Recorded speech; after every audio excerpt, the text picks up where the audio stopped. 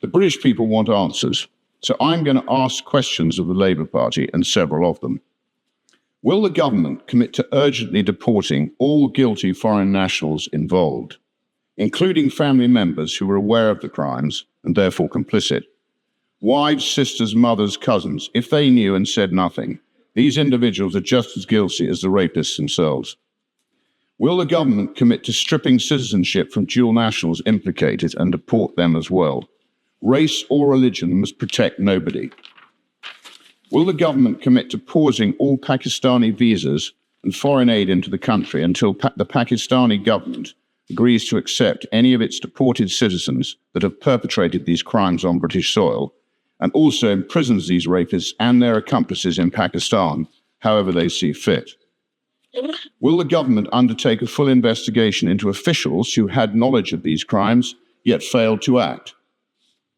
Establish a specified task force to root out this wicked evil. Don't just fire these vile individuals, prosecute them. How many girls are estimated to have been raped? Is there a tally for the overall number of rapes? Horrifyingly, it may well be in the millions. We just don't know. How many vulnerable young girls are estimated to still be involved in these gangs? If there is no estimate figure, why not? Will a regular update be published detailing ongoing prosecutions and sentencing? Will the government publish a full nationality breakdown of those convicted for such offences, along with the location of their crimes? How many known foreign rapists per town, per region? Will they publish a breakdown of the immigration status of those involved? On what grounds were they in the UK? Do they have previous convictions? How many foreign nationals found guilty have been released but not deported? And how many reoffences? I'm going to carry on if that's right. How many reoffences have occurred since release? How many of these monsters are walking on the same streets as the girls they raped and abused? Give way. One report suggested a victim had come face to face with her rapist in the supermarket. Is the government comfortable with that? How many of the foreign rapists were in receipt of any form of state benefit? With honourable member Gibb. How I'm going to carry on if that's right. How many released currently receive any state benefit? English. How many children have been born following a rape from these men? How many have been given access to the child against the mother's wishes? Give way. And how many have used the child as a route to remain in the UK? Will the government commit to preventing this in future? How many deportations have been blocked due to the rapist's right to a family life or other ECHR influences?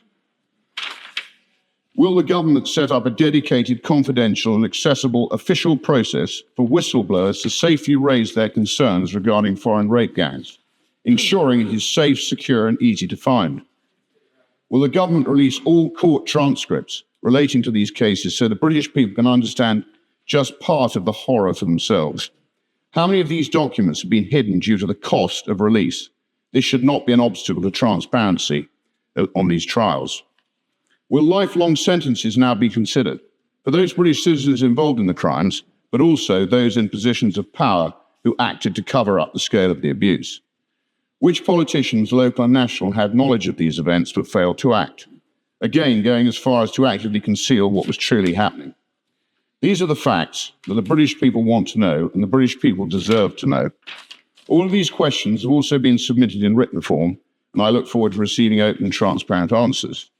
The mass rape of young white working class girls by gangs of Pakistani rapists is a rotting stain on our nation. This is not about Elon Musk. This is not a bandwagon of the far right. This is about the victims and ensuring swift and brutal justice is delivered to those demons responsible. It is about distinguishing between right and wrong. On that, will you give waves? I finished. I've got to say, I feel disgusted by what the Honourable Gentleman has just said. Yeah. Can you imagine if you're a victim or survivor listening to that? I'm sure his intent is to get to the truth and get justice. But the language, please think about who hears our words.